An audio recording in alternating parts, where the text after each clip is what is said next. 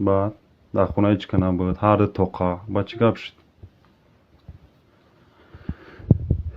گازا نو تارزه گازا چیکو کدی قد سیدلی خب چامور خورافتی یا قد سیدلی خورافتی ها یادم کرد که بگیریم و تو یادمون دیگه میشه درجی دوشه بره چی شبه نشبه یه جای میشه با چی خیلی دانی کویا کزگه میخیزه کزگه را پا میکنیمیتی ها بارو چی وزی دا باینی همه ترپ رزنیم که هم کرش دیگه نگفتی бародаро салому алайкум ва раҳматуллоҳу баракату мардами ғариб имрӯз 22 сентябри 24 сол айграница гаштем инамиддата мошинчамон Ford Explorer 6 каса Hyundai Solaris 19 сол 4 каса айграница гаштем шаҳри Ершов даем бачо ина мошинчаҳо занг занем 24 ба 7 алоқа даем бачо зинда обод бошин ина Solaris и 6 касамон да алоқаем фақат границараотон занг занед آدمان میگویند که مرده میکشد. همین راست است یا دروغ؟ این دروغ است. هیچ وقت مرده هیچ کس نمیکشد. اگرچه همین گپ‌ها در بین ماها هست، حتی همون پدر نمیمانند که نزد همون گوری فرزندش رود. حالا که باید پدر فرزند در لحد باید که پدر گذارد، نمیگذارند. زنها نمیگذارند نرو که مرده میکشد. وقتی مرده که کشید، این آیه های قرآن که هر یک انسان اجل دارد، ساعتی دارد، این کجا می شود؟ مرده هیچ کس نمی کشد. محترم داملای شیرین سخن حاجی میرزا، برادری دارم که زنی خود را 3 طلاق داده با جای خواهر خوانده است و با او زندگی دارد. اگر از این باب با او گپ زنیم، با جهل شده با ما جنجال میکند. چیکار کنیم؟ یعنی شما حقی خودتان گفتید و البته مردی که زنی خود 3 طلاق میدهد دیگر با او زن زندگی کردن میتواند، تا اگر رفته در همون اداره مفتیات مراجعت کند، راهها داشته باشد اونا برای او بیان میکنند. اگر راهها نداشته باشد دیگر با این زن این مرد را زندگی کردنش جایز نمیشود، درست نمیشود.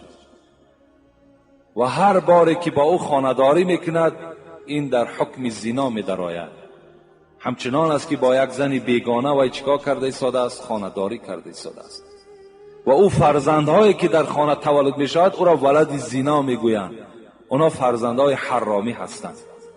برای همین البته به البته یعنی این برادر از روی دلسوزی و از روی اسلامداری که برای این برادرش مراجعت کرده است باید این برادر قبول سازد، رفته مراجعت کند. اگر داشته باشد شرایط باز زندگیشان دوام دهد، اگر نداشته باشد شرایطاش نباشد باید ترک کند. تمام طلاق کردی، تمام دیگر تو از زن جدا شدی. اول باید طلاق نمی کردی، مادام طلاق کردی اکنون دیگر باید که با همون قدرت و با همون سیاستی که داشتی اکنون رفتن گیر دیگر پس نگرد. امروز بسیار از جوانایی که بیچاره میان 3 طلاق کردین در حالت مستی، در حالت غضب، در حالت فلان گفته باز میخواهند زندگی کنند. برای همین ما کویگان مفتی هم نیستیم، فتوا دهنده هم نیستیم، به همه شما مراجعت میکنم. مفتیات اداره خاص در باب طلاق و نکاح دارد، میرین در همجا مراجعت میکنین، مرحمت کارتون همونها حل میکنن. السلام علیکم استاد حاجی میرزا، خواهش میکنم که با این سوال ما جواب گردانید. ما یک گروه مخلصان شما از ناحیه حمدانی کلخاز مراد رحیموف، ما در مسجد محله همان نماز تراویح میخوانیم. بعد ختم تراویح سلام دادن نماز مردم خسته میروند. شما درباره اینها چی گفتنی دارید؟ دوم، در کلخاز ما یک مسجد است. یکم سوال شد جواب میگردانیم. یعنی کسانی که ما نماز خواندیم تمام کردیم، یعنی بعد نماز باید که ما و شما ایستاده دعا کنیم. باید از پروردگارمون دعا طلب کنیم، زیرا الدعا هو العباده هست. الدعا مخ العباده هست. دعا خودش عبادت، دعا خودش مغز عبادت است. همون دستایی که شما میبردارین و از پروردگارتان زاره و تولا میکنید، وی هم در نزد پروردگار نماز نویسانده میشود، وی هم در نزد پروردگارتان عبادت نویسانده میشود. باید که بعد نماز ما و شما نشسته دعا کنیم که خداوند این عبادتی که ما داریم وی قبول بگرداند. باید که ما و شما دعا کنیم. اگر مبادا که کسی ضرورت دارد، برای ضرورت اجازت است که وی مسجد ترک کند یا بین همون صفها را ترک کند، از پی کار شود. برای ضرورت میلش، لیکن بی ضرورت خستنی شما ترک سنت میکنید. باید که نشینین همراه پیشواتون دعا کنید تا که خداوند دعای شما را قبول کند. یک فضیلت نماز با جماعت انا همین است که در بین ما کسی نمیداند. گفتی شاعر کس نمیداند در این بحر عمیق سنگریزه قدر دارد یا عقیق. در این بحر نمیداند کی قدر دارد، ملا امام با قدر است در نزد پروردگار یا که یک آدم عادی ترین نمازخوان، کی با قدر است کسی نمیداند. یک فضیلت جماعت همین است که شاید که با دعای یکی از همون قومیت خداوند خوش بیاید و دعای همه قوم قبول کند. برای همین ما و شما باید بعد نماز نشسته و یک جای دعا کنیم.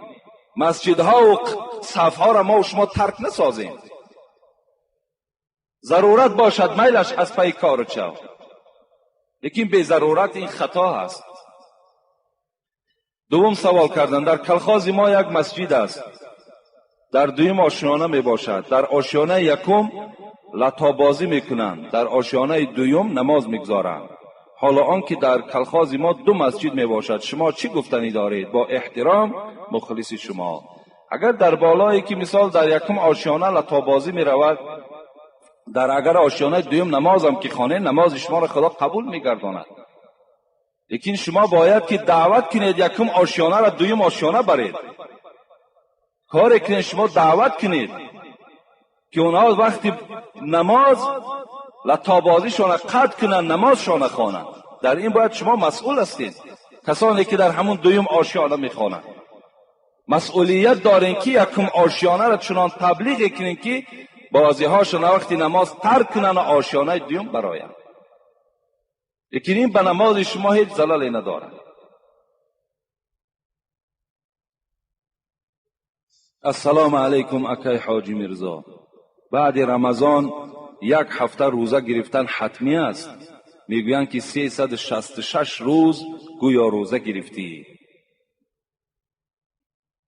من روزه بعد رمضان رو نگرفتم، گناه است یا نه؟ از شما عذر میخواهم.